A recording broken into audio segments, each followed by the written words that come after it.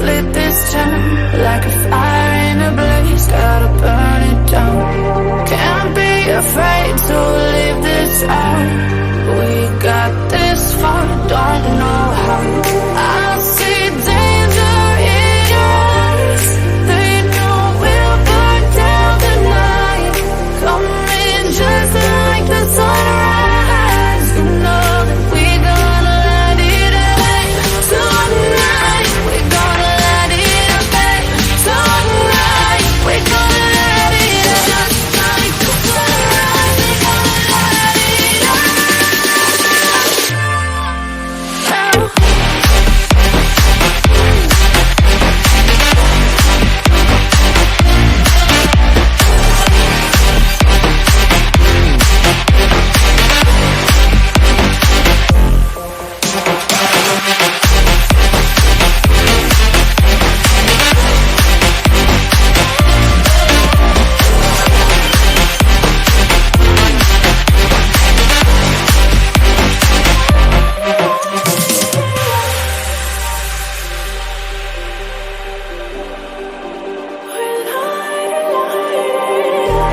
Just like a spark that's breaking out.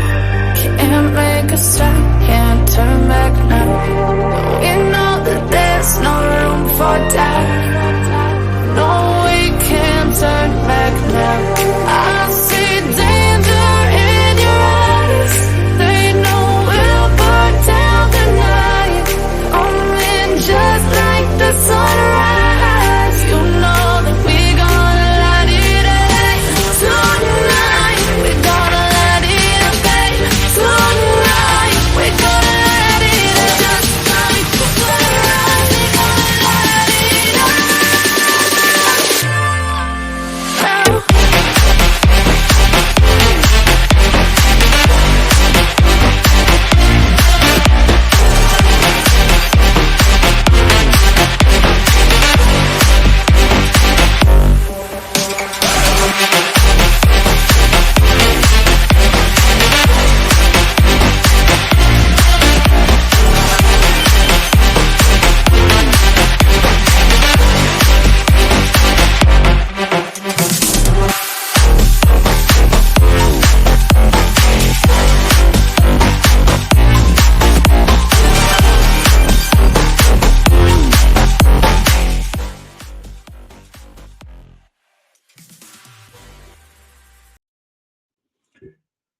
All right, all right, all right.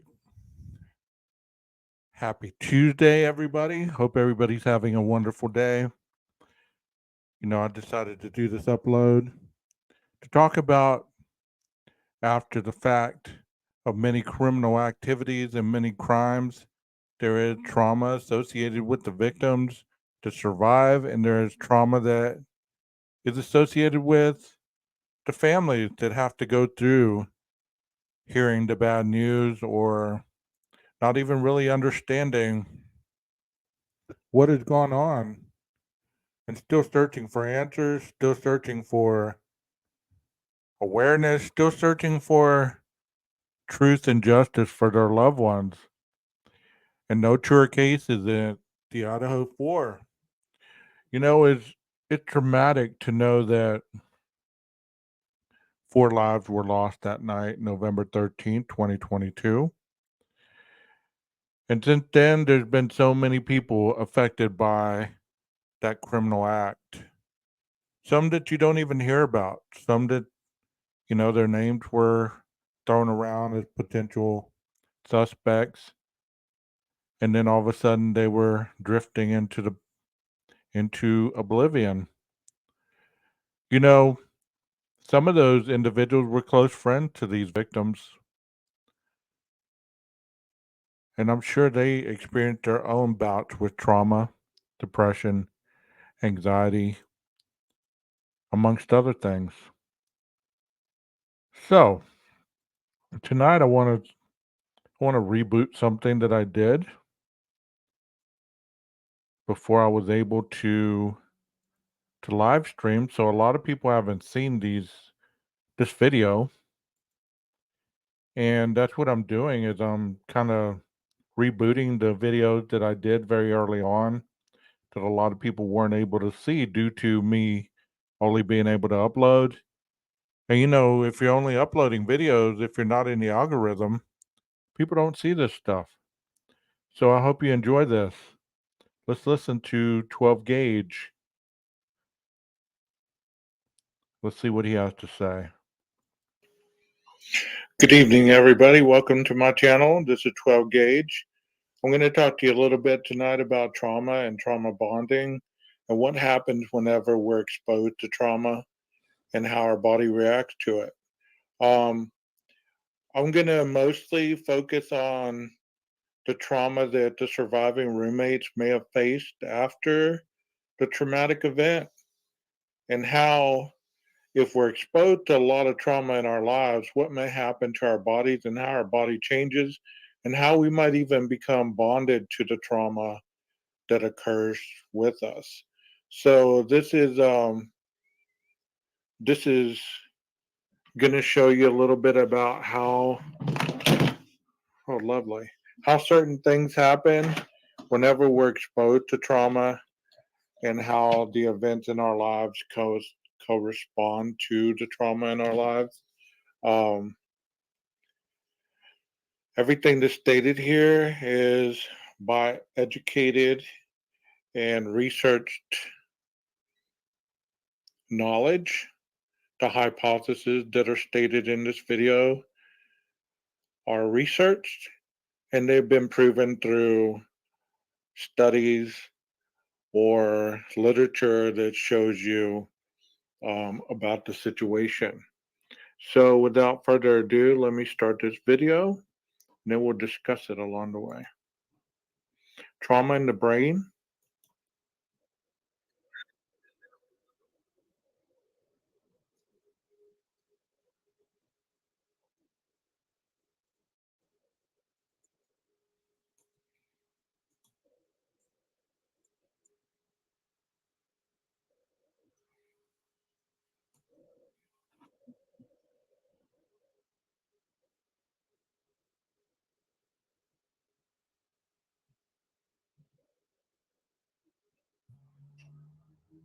What time? I don't know. Can you give us an estimate? Don't remember. Would your pals remember what time you left the club? He seemed nice.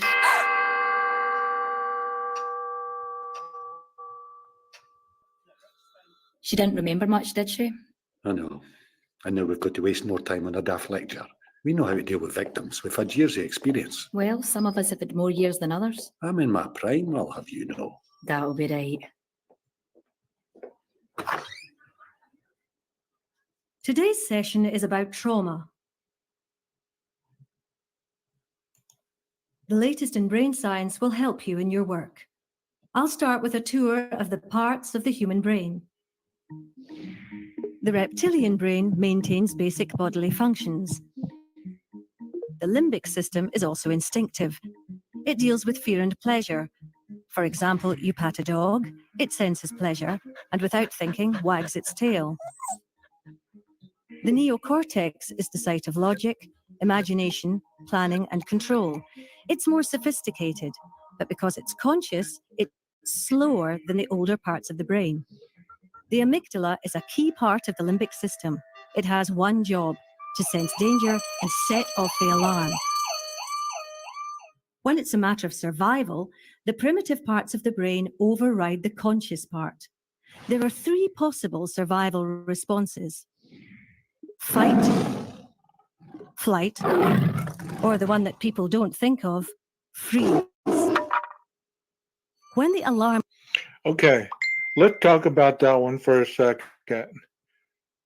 Do you remember in the PCA where it spoke about Dylan opening the door for the third time and seeing in a man 6 foot or taller wearing a mask with bushy eyebrows?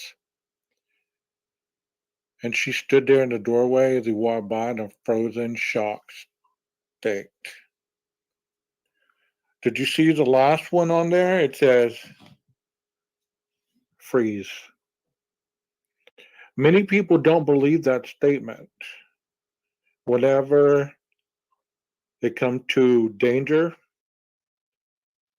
you have two responses that we often talk about, fight or flight, but very seldom do we talk about freezing. Freezing being in shock, being fearful, and not realizing basically what's going on. So we just freeze until we get our wits about us to run. Because when it comes to danger, most people are just not going to sit there and fight, especially if they believe that they can't overpower the situation. So think about that a minute. To see something of that nature, to hear what she heard, and then later on to understand the concept that while everything was going on, she finally put it together the next day. And how traumatic that must have been based on the sights, what she heard, and how she responded to it or could have responded to it. And by seeing her roommates in that state the next day, how that signaled another danger going off in her brain. So how did she react then? Let's continue the video. Alarm goes off. Blood and oxygen are diverted to muscles. Adrenaline floods the body, and all systems that are not crucial to survival are switched off. Normally, the job of the hippocampus is to file memories so you can retrieve them later. But in times of danger, it stops filing memories, which makes it harder to gather evidence later on. Instead, the hippocampus switches to pumping cortisol. What's useful about cortisol is it stops us feeling pain, so we can focus on survival. Can anyone give me an example? A farming accident where a man carried his own arm for a mile without feeling any pain? Yes, excellent example. It is an evolutionary safety mechanism which is fast and instinctive. In essence, it's our body's very clever way of protecting us. To recap, an example of the three parts of the brain working. Okay, let's stop right there for a second.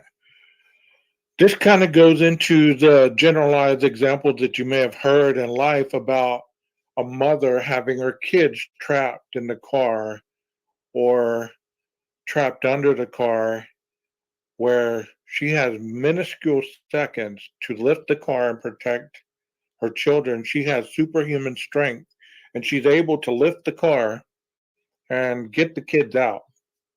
Or maybe locked in the cars where she only has a couple minutes and she had that superhuman strength to maybe rip the door off the hinges or rip the door open where she can get her children out. And then afterwards, she's completely spent and exhausted. I talked in my last video or the video before about what it said about the blood going from the muscle to the muscle areas to get what it's needed, the strength to protect the body from the danger. The same thing happens whenever you're exposed with some kind of invading chemical, whether it be drugs, alcohol, that the body does not respond to well, and it views it as a toxin. It does the same thing trying to get it out. All this is trauma. All this is trauma to the brain, to the body, to your existence. So let's continue on. Working together. You're standing at a bar. Your reptilian brain is keeping your heart beating. You're enjoying the pleasure of a nice pint with your limbic system. You're using your neocortex to work out if there's time for another before the last train. What could happen to make the amygdala kick in? What if this happened? The way you'd respond would depend not on your logical brain, but on your instinctive brain. Being lost in a bar would be a traumatic experience. Who can give me another example of an event that can cause trauma? War? Rape? A car crash? Good, yes. Trauma occurs when a person is overwhelmed by something beyond their control. The survival brain takes takes over the rational brain, it can lead to post-traumatic stress disorder, PTSD, with symptoms that last at least a month.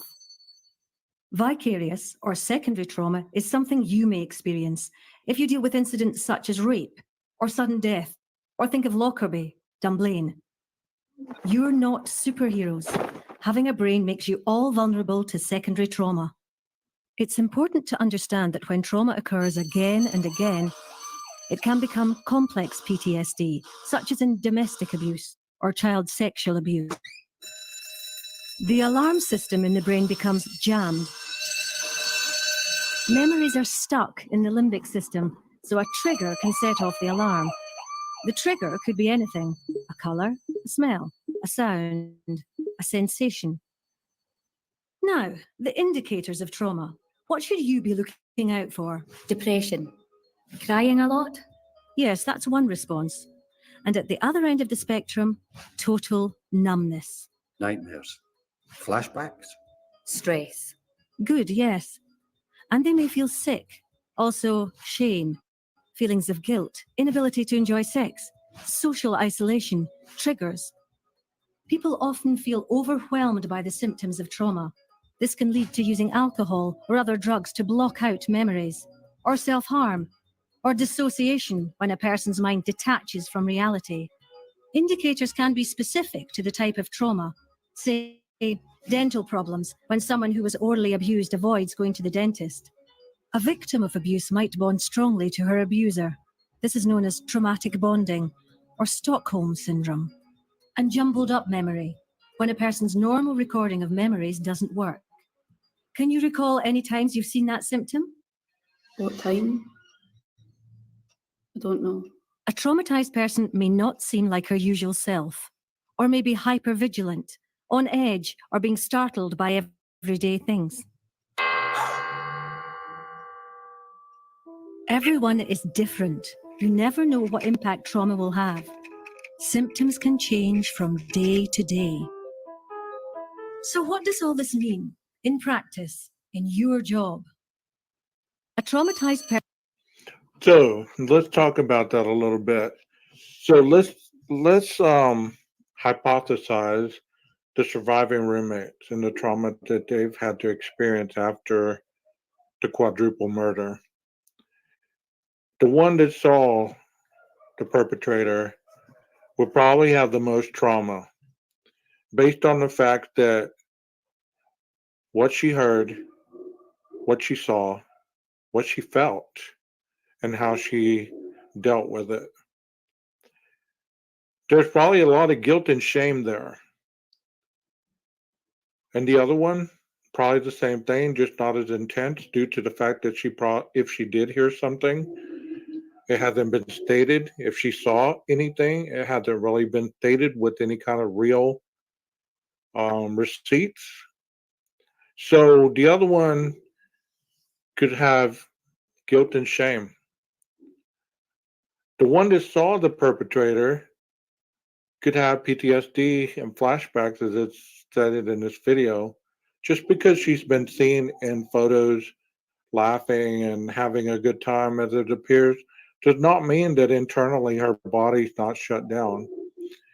How her body's not internally suffering from triggers that could, you be in a good mood one moment and you're triggered by something, and all of a sudden you go back into your shell to protect yourself from the moment occurring again. Think of it like this. Have you ever had a stressful day? And you get on the phone first thing in the morning after the first stressor occurs and you recall it to somebody. Let's say you almost got sideswiped. You call your significant other and you're talking about nearly getting sideswiped.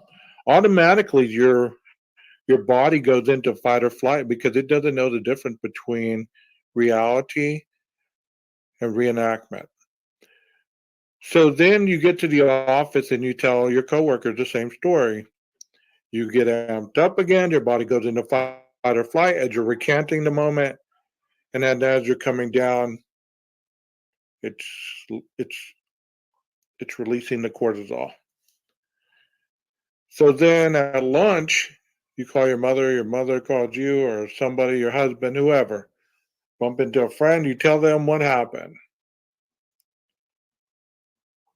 The third time you've recanted this story, and the third time your body's going into adrenaline dump, fight or flight, fear, anxiety, and then it crashes the cortisol dump. By the end of the day, however many times you've told this story to people, you're exhausted. You're wiped out. So imagine if you're one of these individuals that lives by chaos and drama all day long. You're having the adrenaline flight or fight, or as it says, freeze, and then you have the cortisol dump.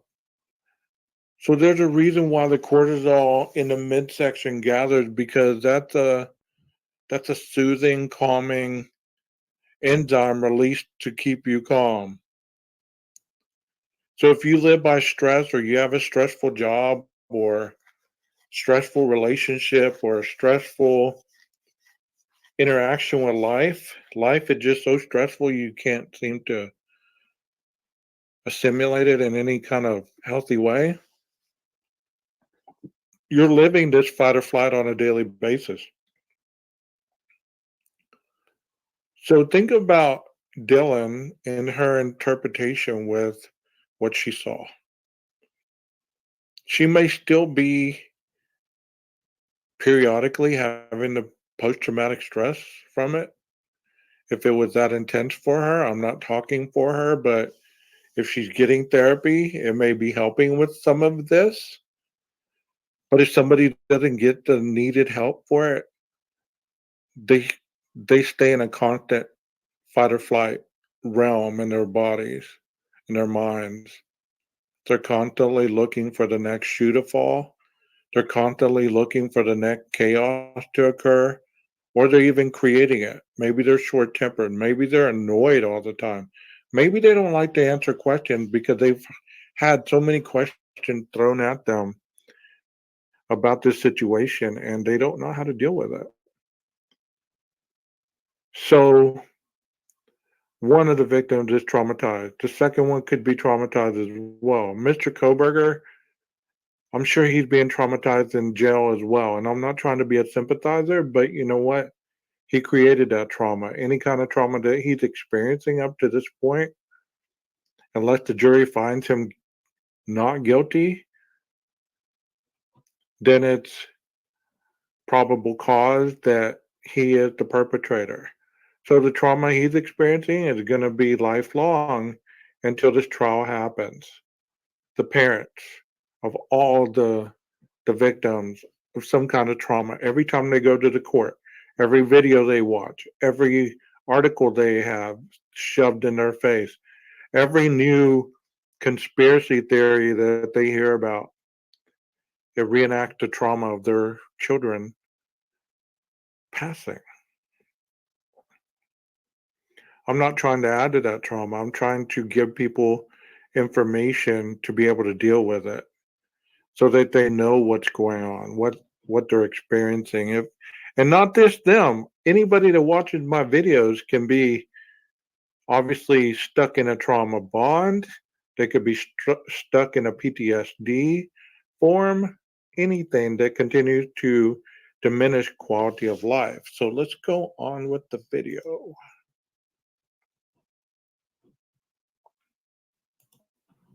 Person's brain is protecting them, but that normal human response of self-protection can get in the way of evidence gathering. The US military has developed new trauma-informed interviewing techniques that you can use to work around this. Research shows that if someone seems vacant, they could be distracted by their traumatic memories.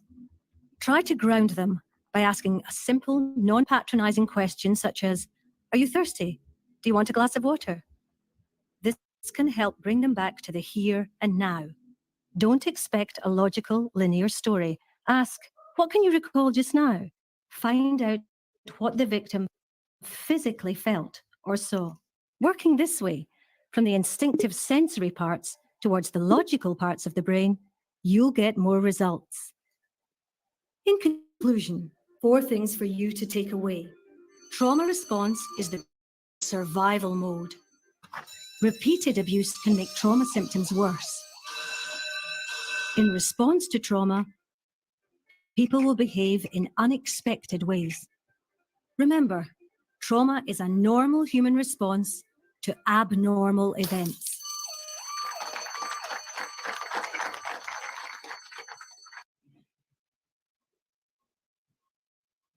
A human response to abnormal events. That was very informative. I hope you got something out of that. There was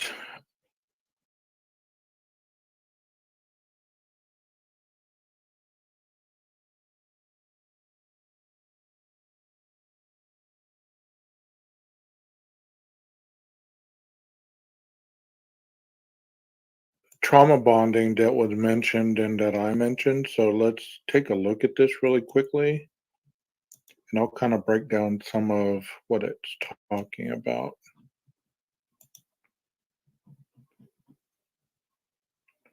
Okay. It says, what do you know about trauma bonding? Have you ever heard of trauma bonding before? In your opinion, what is trauma bonding? So, does the word trauma bonding make you feel uncomfortable or broken inside? Has anyone ever suggested that you might be in an abusive relationship currently or in the past? Well, this is on relationships. So, if you're in a toxic relationship or a friendship or any kind of situational event, which, you know, based on the IDAHO4, it seemed that some of their relationships were not healthy, but I wouldn't say they were trauma bonding. Based on the information that I've learned um, by research, this is just going to teach you a little bit about trauma bonding and what it is and how to get out of it, because it affects every area of your life, especially if you have trauma and PTSD at once. You're more apt to bond yourself to high risk people, places, and things and choices. So, what is trauma bonding? Trauma bonding is the attachment an abused person feels toward their abuser. This is seen explicitly in a relationship with a recurrent pattern of abuse. Trauma bonding can occur within families. You can have families that are traumatic that you cannot escape, but you're always bonded to them because of obligation, employment, friendship, business opportunities. Hopefully, nobody ever is held hostage or is human trafficked, or even in the foster care system. It usually begins as a young child. A bond is created when you're unaware of the cycle of abuse and the hidden agenda associated with positive reinforcement after each occurrence of abuse. The abuser will do the following. They'll confess their love to you. We are one and the same, love bombing and trying to form a mutual connection. They express regret, devalue the abuse, and makes excuses for the destructive behaviors, words, or actions. They'll gaslight you into changing your perspective and the reality of what really happened. They'll make fake future promises or promise to change. They'll try to make the relationship feel safe and secure again and keep the abused person within the relationship. So if you have anybody that continuously does these things, you might take a look at it. The 4-part cycles of abuse are the pressure building. An abusive person or partner often lashes out in response to external stressors, usually things that you cannot even really see as important but trivial, and that seems to be the biggest thing right now. And it's this person builds up pressure until they just blow up. Passive aggressive. There will be an incident of abuse or violence. The abuser will eventually release the built up tension on others. It is an attempt to regain power by creating a sense of control or composure. After the fact, they might apologize, they might buy you things, they might do things to try to smooth over their destructive results. The abuser will seek reconciliation and make empty promises that will never happen again. Well, the empty promise goes away when you get comfortable in the situation again. The empty promises, you come back, I'll never do it again. And guess what? You slide right back into old behavior. The abuser will appear calm and try to calm you down so you remain in the relationship or you do not quit your job if they're the boss or the employer. You know, you ever had a boss that blew up on you for nothing and you tried to quit, but they'd always smooth it over? Please, please don't leave. Please don't leave. I need you. Good grief. I don't know what's going on with this. It's like I've never worked a computer in my life. Various cultures celebrate these trauma bonding relationships because of the misconception of romance and passion. For example, a Latino or Italian family will believe that romance means the following: love, hate, or hot, cold relationship. One partner is treated poorly, to, made to feel less than, to learn to accept less and cling to the moments you're shown affection, given gifts, or attention. That's gaslighting. One partner is emotionally unavailable and leaves you accepting less than you deserve. The abuser is great at getting you into bed, but can leave you feeling empty, confused, and not good enough, especially if the abuser is married or already has a partner. The sex is passionate and hot, but you have nothing else in common or nothing to talk about. You wonder if you're addicted to the trauma bonding sex or the person or the relationship. You find yourself extremely loud, passionate, drama creating roller coaster relationship. Okay, so that talks about that. A healthy relationship can feel like this. They have no passion. We never get in a heated fight. I'm not used to this. This is what happens after you go through a trauma bond. He's lovely, kind, and giving. We banter sometimes. I've been trying to get him angry to get a reaction, but he is easygoing. I don't get it. He's not a risk taker and doesn't push my boundaries. He is so dull. The sex is good, but sometimes something is missing. He is not demanding or passionate in the bedroom. I want him to push me around and dominate me. He has tried, but he is just not romantic like my last partner. He's not possessive or jealous. He doesn't try to control me. I like being directed and told what to do. Does he love me or not? If he loved me, he would do these things to me. I just don't get it. So if you've been in a toxic relationship and then you get out of it and you start seeing somebody that is healthy, these things might arise and you might find them boring. But it doesn't mean it's boring. It means that it's something that you're not used to. So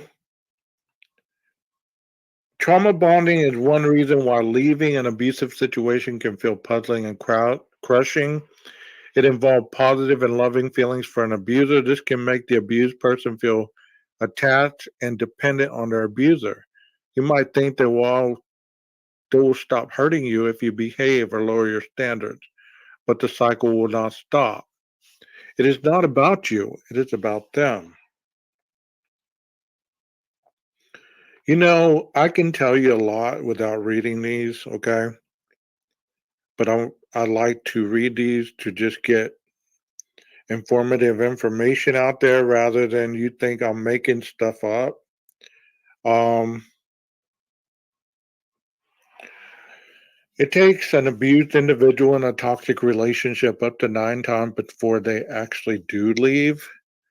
And if there hasn't been any criminal offenses or any kind of broken bones or health problems or anything like that due to the abuse, then by the 9th time, if you get out, you're pretty beat up and busted up, and you're not healthy enough to be in a healthy relationship. Enmeshment and individual emotions become blurred. That means that you don't know where you begin and where they begin and where you leave off. The abuser can be overprotective and will isolate you from your family and friends. Once you're bonded, you will soon experience complete neglect, confusion, and identity. They'll start to answer for you. They'll start to basically run your life, talk for you, and where you're not independent to make your own thoughts. Both the abuser and the abused can experience rage. You feel confused, rejected, and abandoned when you're devalued and discarded.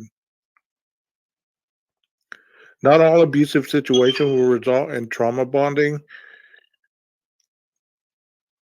And like I said, I can pretty much talk on all this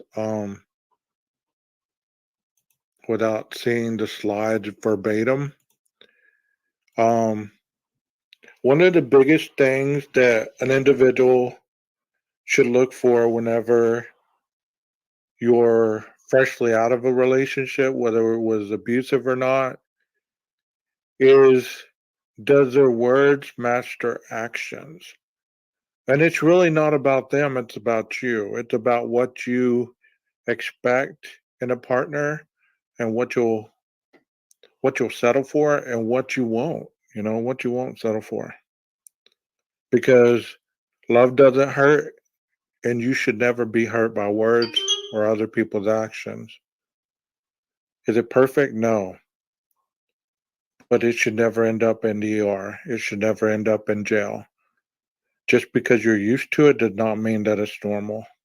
It's normal to you, but it's not a normalized situation for other people. So try to get the help that you need if you're in any of those situations. And like I've said in my previous video, if you need some kind of help, please seek it out. And in case of emergency, please do dial 911. I'm going to end it with this because I got plenty else to talk about. I just don't have a lot of time to continue on tonight. Thank you so much. If you've made it through this video, I hope that you learned something or got something from it. I'm still experimenting and trying to get this right. So in case of the background and everything, I hope that you take my apology where it blends in and out and stuff like that. But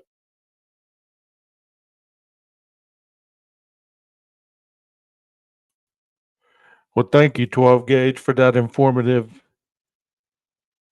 slideshow on trauma and trauma bonding. Sometimes we don't realize how deep we are into these situations. We may know that we're unhappy. We may know that we're constantly triggered by something. That's why I really don't like to argue with people when they start attacking me about they're right and I'm wrong, because that shows a little bit about their trauma.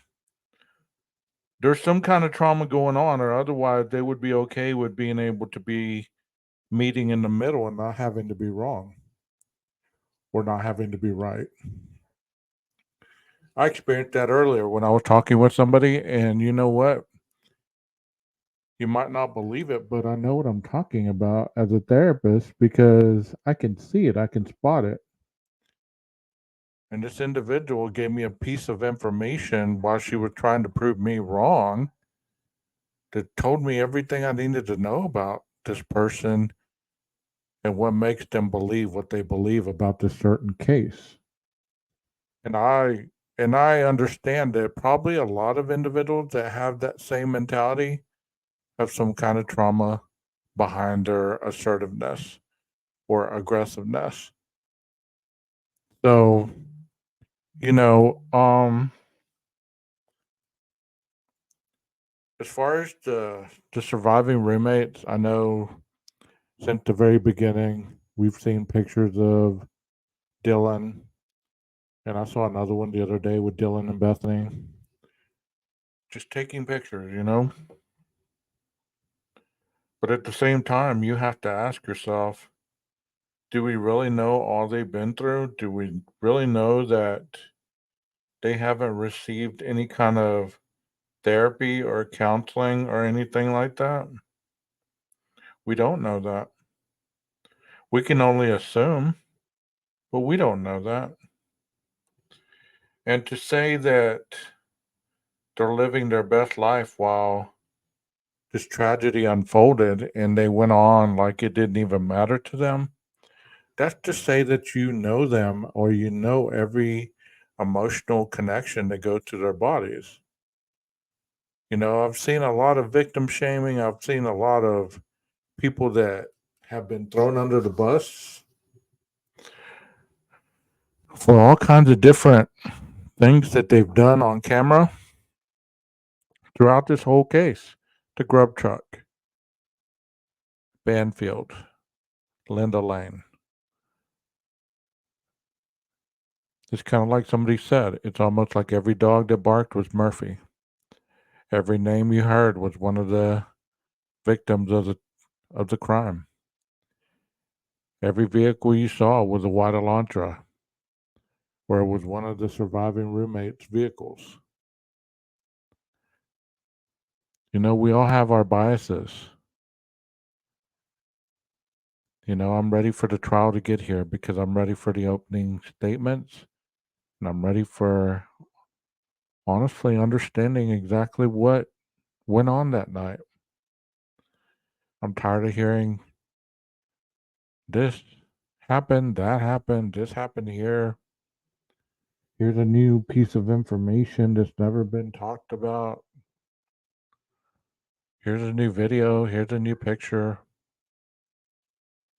Here's a new suspect.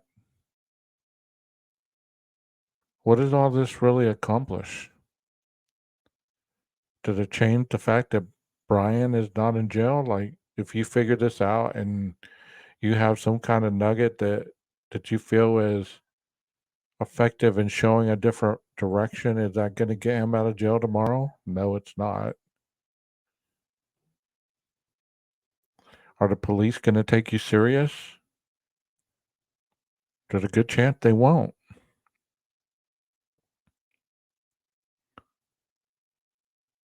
And all you're doing is being the face of YouTubers. So whenever they do get tips in the future about crimes that people know about or can help assist, they're not going to take it serious because they're going to remember how far-fetched individuals went just to be heard, just to have their name heard, or just to have a nightly show or a Monday show or a Wednesday show or a Friday night show or a Saturday show or a Sunday show. You know? So if you are dealing with trauma, I hope that you get the help that you need to. Whatever state you're in, I hope that you find some kind of outlet because it's no fun and PTSD is not as either.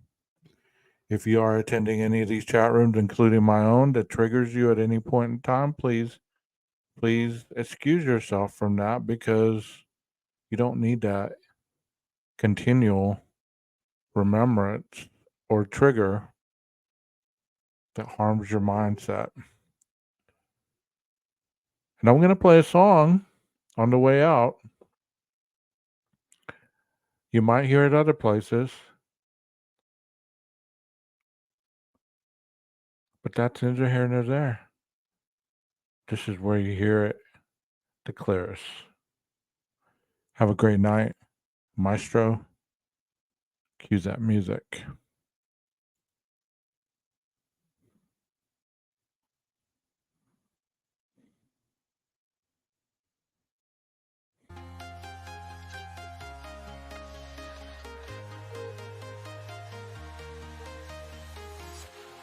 Walking alone, the streets are empty.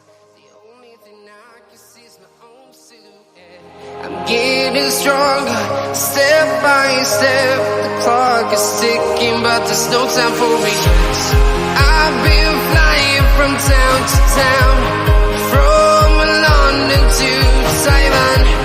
I've been all around the globe trying to protect your soul. We are heroes tonight. We will fly above the sky. We are heroes tonight. Yeah. We are heroes tonight. We will fly above the sky. We are heroes tonight.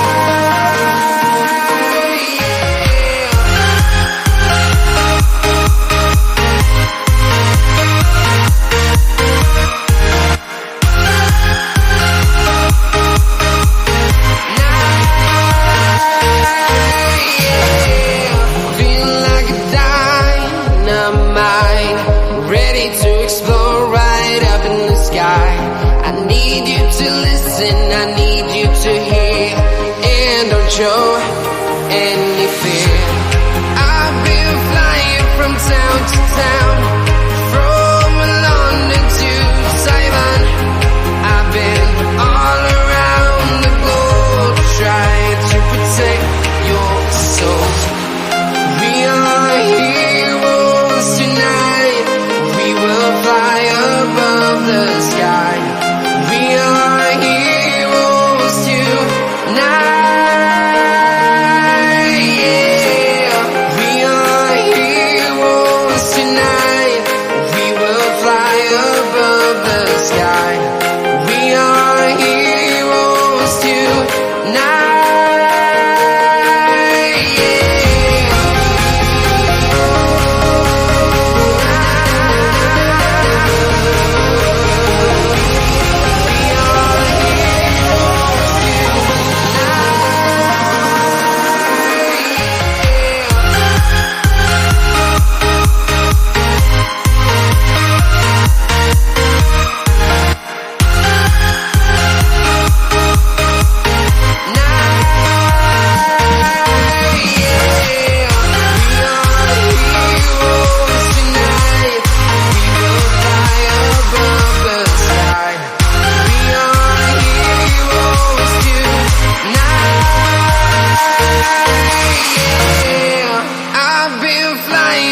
Town to town, from London to Taiwan. I've been all around the globe trying to protect your soul.